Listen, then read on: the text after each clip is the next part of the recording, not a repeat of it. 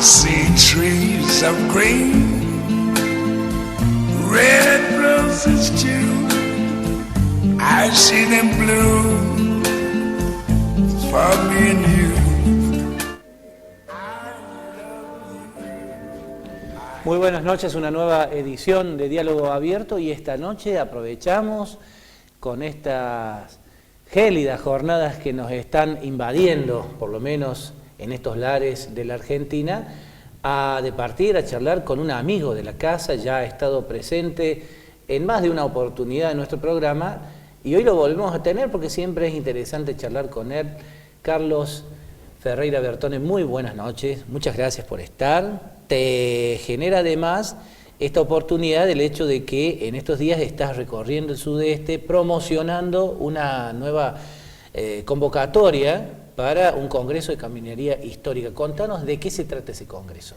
En primer lugar, Pancho, saludarte, agradecerte, la verdad que es un placer tus entrevistas y es un placer charlar con vos y nuestra amistad ya de varios años también, ¿no? Soportarnos mutuamente. 9 años ya de amistad. Sí. 9 años de amistad. Sí, señor. Y hemos viajado juntos, hemos hecho un montón de cosas. Duramos más que algunos matrimonios. La pucha, claro, mejor no hablemos de ciertos temas. Sí, tal cual. Sí, he venido aquí al noreste de Córdoba, mandado por el comité organizador de los congresos de caminaría histórica, para promover, nos distribuimos y vamos a distintos puntos de la provincia promoviendo estos congresos, que este año se va a desarrollar ya el congreso número 11, ya, 11avo, que va a ser en Capilla del Monte, el 25, 26 y 27 de octubre. Es una linda fecha para ir a Capilla del Monte, para pasar 3 días hablando de historia y también paseando. Y bueno, he venido a Marco Juárez, General Roca, a Litina, Sintra y acá a Belleville, un poco a difundir esta nueva capa de sentido que se le ha sumado a la historia desde hace algunos años, que es el camino, ¿no? El camino como el camino, las vías férreas, las comunicaciones en general, como una capa de sentido que tiene que ver con las conexiones de las personas, o sea, más allá de lo estrictamente económico que uno estudia en la caminería, precios, tarifas, distancias, pesos de lo que se podía transportar y que no, la caminaría también tiene un aspecto muy, muy humano, que es el ser humano en el camino, ¿no? El ser humano en la carreta, en el auto, en el tren, en el avión, en el barco. Es decir, hay toda una convivencia y todo un mundo que gira en torno a las comunicaciones y a las vinculaciones. Y bueno, la caminaría histórica estudia eso, ¿no? Y bueno, ya vamos por el 11avo congreso. Caminaría histórica que en el caso de nuestra zona, digamos, tratando de mirarnos un poco al ombligo, tuvo mucho que ver en el nacimiento de la patria, ¿no? Porque acá estamos en el famoso Camino Real, ya lo hemos hablado quizás alguna vez, pero como dice Mirta Legrand, la audiencia se renueva, así que lo vamos a poder volver a hablar.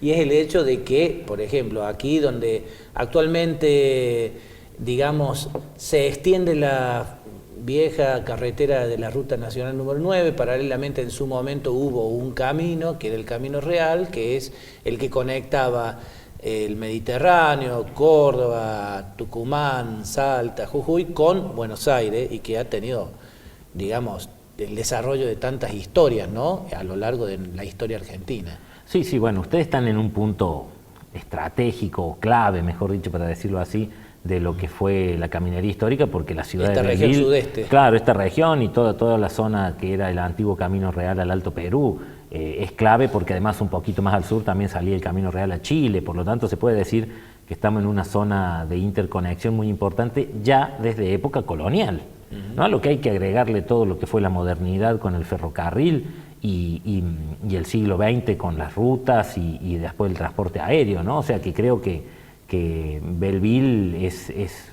un punto estratégico, clave para entender parte de la caminaría. De hecho, en nuestros congresos, varios historiadores de Belleville han ido presentando varias veces artículos.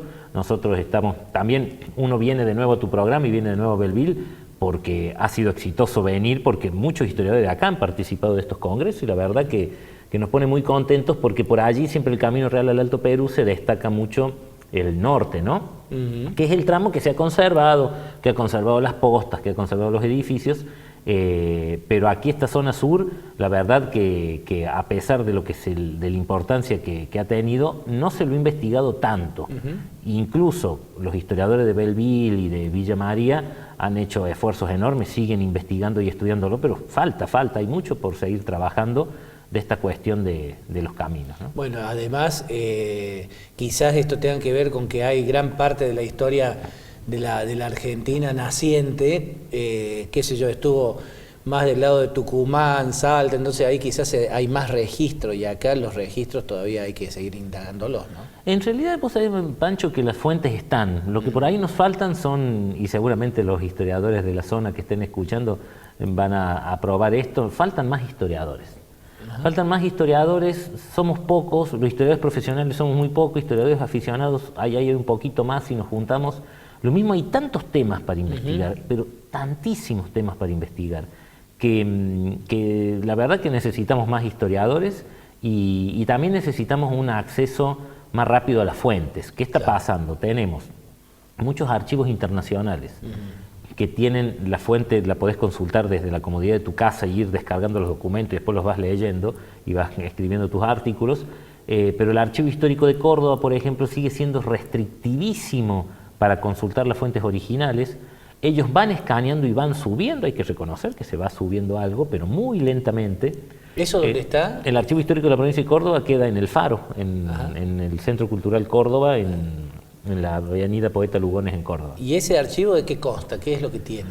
Bueno, es el archivo histórico más importante del interior del país, y es el más antiguo después que se quemó el de Santiago del Estero en el 2090 ¿Cuándo fue el santiagueñazo?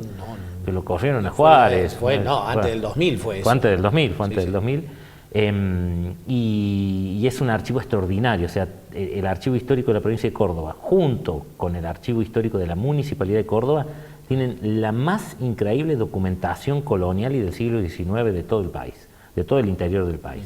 Y son archivos muy, muy grandes, están muy bien conservados ambos, el provincial y el municipal, pero hay restricciones en el acceso. Por ejemplo, las actas del Cabildo de Córdoba, que dependen de la Municipalidad de Córdoba, las que están publicadas las conseguís, pero las que no fueron publicadas en los años 60, 70, incluso en los 80, están guardadas en una caja de ultra seguridad y no las podés consultar.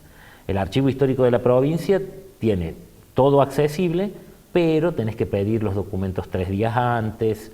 Cuando te dan los documentos, y a lo mejor los documentos que vos pedís no son esos, no podés pedir, che, tráeme el otro tomo. Claro. Esto también sirve para que la audiencia sepa cómo es el trabajo del historiador, ¿no? Tráeme el otro tomo, tenés que agarrar y anotarte y 3 días después volver para que te den. Es bastante restrictivo. Está bien, lo cuidan. Restrictivo por el tema del cuidado. De la conservación, ¿no? Sí, no. ¿Qué tipo de papel es? Es papel de algodón. Es papel de algodón. ¿Es un papel que si toma contacto con el ambiente se arruina o no, qué pasa? No, justamente. El papel de algodón era el papel que se hacía con tela. Es el papel que inventaron los árabes, que parece que se lo tomaron a los chinos vía Persia. Pero los árabes lo desarrollaron. Y ese papel de algodón se hacía con telas que se ponían a podrir, por eso las pasteras eran muy olorientas, ¿no? En la Edad Media. Se ponían a podrir y se iban sacando la fibra y se hacía el papel. Ese papel justamente ha durado 500 años. El tema es que no fue bien cuidado en el momento, es un papel duradero. Ese es un papel duradero. A partir de 1850 empieza a aparecer el papel de pasta mecánica y a partir de 1900 el papel de pasta química, cada uno peor que el otro. Y esos sí son papeles, o sea, donde están los documentos de Urquiza, de Sarmiento, de Avellaneda, todos esos están en un papel que ahí sí dura menos. Pero estos documentos coloniales están en buen papel. El problema es que fueron maltratados durante siglos. Vos pensás que el archivo de la provincia de Córdoba se crea en 1941. Hasta 1941 los papeles andaban sueltos y andaban en sótanos con ratas o con agua. Bueno, entonces está bien que los cuiden, pero para redondear la pregunta tuya, hay mucho por investigar, faltan historiadores y nos falta acceso un poquito más directo. Claro. Hoy, por ejemplo, nosotros el año pasado encontramos un mapa que se lo tengo que mandar a la gente del Centro de Estudios Históricos acá de Belleville, de 1816.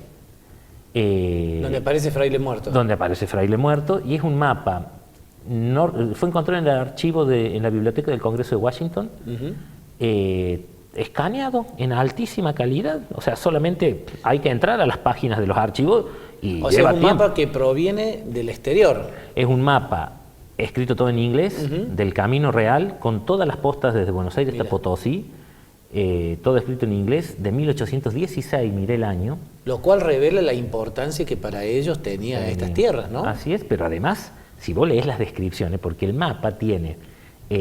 Aparece Ballesteros Sud ahí. Sí, aparece la esquina de Ballesteros y va describiendo el terreno. Dice dónde el camino está bueno, dónde el camino es malo, dónde se puede, dónde hay salteadores de caminos. ¿Cómo lograste ese documento? ¿Cómo Ese fue? lo encontró Sergio Marchetti, un gran historiador amigo, consultando la biblioteca del Congreso en Washington de manera virtual. Ah. Aunque creo que el dato se lo había pasado un mexicano, que también hace caminaría histórica. Es un mapa impresionante, sobre todo porque tiene 3 letras y 3 tipos de tinta.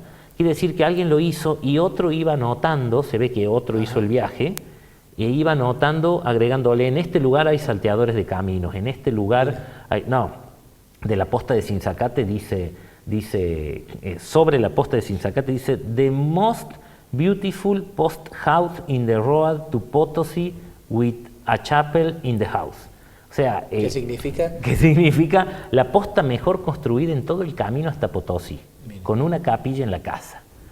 O sea, además, pero de acá, de esta zona de Fraile Muerto, una información de que el río es fácil de cruzar, que está lleno de talas y algarrobo, que dice, estas grandes planicies son llamadas las pampas. These great En plains. esa época, ¿había descripción de los pueblos originarios de esta región? Digo, porque viste que siempre se habla y se vuelve un poco sobre quiénes habitaban esta zona. Es interesante tu pregunta. Aquí hay que aclarar bien una cosa. Estamos en 1816 ahí. Claro, ¿no? ahí estamos en Sí. 1816. En 1816 no, porque se habían roto los convenios, los contratos coloniales que se habían firmado en la época de los Borbones. El Marqués de Sobremonte y otros gobernadores, intendentes y virreyes, los Borbones, esto está bueno contárselo a la gente, hacen un cambio económico y social tan grande en las colonias, era un cambio positivo. Contarle a la gente qué es lo que son los Borbones. El gran imperio español estuvo administrado primero por los Trastámara, después por los Austria y después por los Borbones. Los Austria no le daban bolillas a estas tierras, o sea, mientras se le mandara oro y plata, los Austria, estamos hablando, los Austria son Carlos V, Felipe II, Felipe III, Felipe IV, Felipe V, Carlos II. Esos reyes, mientras le mandaran la plata y el oro, pasaba. Pero los Borbones no, los Borbones, que eran franceses, dicen, estas tierras hay que administrarlas y hay que extraer todas las riquezas, no solo oro y plata, donde se puede hacer cacao, donde se puede hacer tinturas, donde se puede hacer piedras preciosas, donde se puede hacer cuero y carne. Entonces se reorganiza el imperio colonial a partir de 1820, 1830, y una de las cosas que hacen los Borbones, y aquí voy a tu pregunta, es firmar pactos de autorreconocimiento con las tribus. Los pactos los firmaba el gobernador intendente con los caciques de cada zona. Entonces, y hay varios, y se conservan en los archivos, varios O sea, pactos. respetando las tribus que existían. Efectivamente, eran naciones que ellos afirmaban que ellos no se incorporaban al Estado colonial, pero que no iban a molestar y que iban a seguir comerciando. Básicamente, todos los pactos dicen eso. Lo que sí les hacen firmar todos los pactos, dicen que en caso de la invasión de una potencia extranjera, los indios van a estar del lado de los españoles. No, bien, o sea, porque ¿qué es lo que hacen los Borbones? Los Borbones le dan por primera vez, a partir de 1870, 1880, reconocimiento a las tribus. Ustedes existen, ustedes están, organícense como quieran, no nos jodan. Claro. Después de la época revolucionaria eso comienza a cambiar. Los primeros años no, vos fíjate que San Martín reivindica los pactos que él hace con las tribus del sur de Mendoza para poder que el general Freire cruzara por el planchón. O sea que Belgrano, ni que hablar Belgrano con los pueblos del norte, pero comienza a descomponerse un poco ese sistema colonial de autorreconocimiento y las tribus empiezan a venderse al mejor postor. Es decir, hubo campañas indígenas contra algunas provincias que eran pagados por la provincia al lado. ¿no? O sea, había Santa Fe, por ejemplo, fue una provincia que tenía muy buenas relaciones con los indios del Chaco y les pagaba y les decía, cuando quieran asaltar, asalten Córdoba, acá no. Y le pagaba a los indios del Chaco, le intercambiaban con ganado, etc. Hay muy buenos documentos en el archivo del Cabildo de Santa Fe, porque esto no es un invento, ha quedado en los documentos del Cabildo, donde los santafesinos, para que no atacaran Santa Fe, es decir, que ataquen por el lado de la Mar Chiquita, que pasaran por el lado de la Mar Chiquita y atacaran Córdoba. Entonces hay algo de descripción de esas tribus, pero en general en el siglo XIX los pueblos originarios eran vistos o como alguien a quien usar. Rosa fue experto en eso, compraba algunas tribus con armas, con tabaco, con ginebra, con azúcar, con hierba, con ganado, y se peleaba con otras, ¿no? Eso era muy común en el siglo XIX. Y luego ya con la llegada de la organización nacional y el ferrocarril, las tribus, los pueblos originarios son vistos directamente como enemigos de la organización, ¿no? Y ahí empieza la persecución entonces, porque digamos, hoy en día como mucha descendencia de los habitantes originarios no se ve. Bueno, la persecución, a ver, la destrucción de los pueblos originarios en Argentina se dio en la última parte, el último tercio del siglo XIX. Al principio de la colonización hubo una destrucción no planificada de esos pueblos que fue por el maltrato, por la servidumbre y por las enfermedades. Eso fue al principio, te estoy hablando de 1560, 1570. Pero luego no hay eso. Había visitadores reales que controlaban que a los indígenas no se los maltratara. Es bastante interesante cuando uno lee esos documentos. Estos visitadores reales venían cada 30, 40 años y es lindo leer esos documentos. Pero en el siglo XIX son vistos como alguien que te podés aliar o que te podés pelear. Pero con la modernización, o sea, con la organización del país a partir de 1860, estos pueblos directamente son vistos como enemigos de la organización y hay que exterminar. ¿Cuántas historias, no, que todavía se desconocen? Si hubiera más historiadores, como decís, podríamos ir recabando. Te invito para luego de la pausa a hablar también de la estancia jesuítica y su rol en la historia. ¿Cómo no? Luego de la pausa.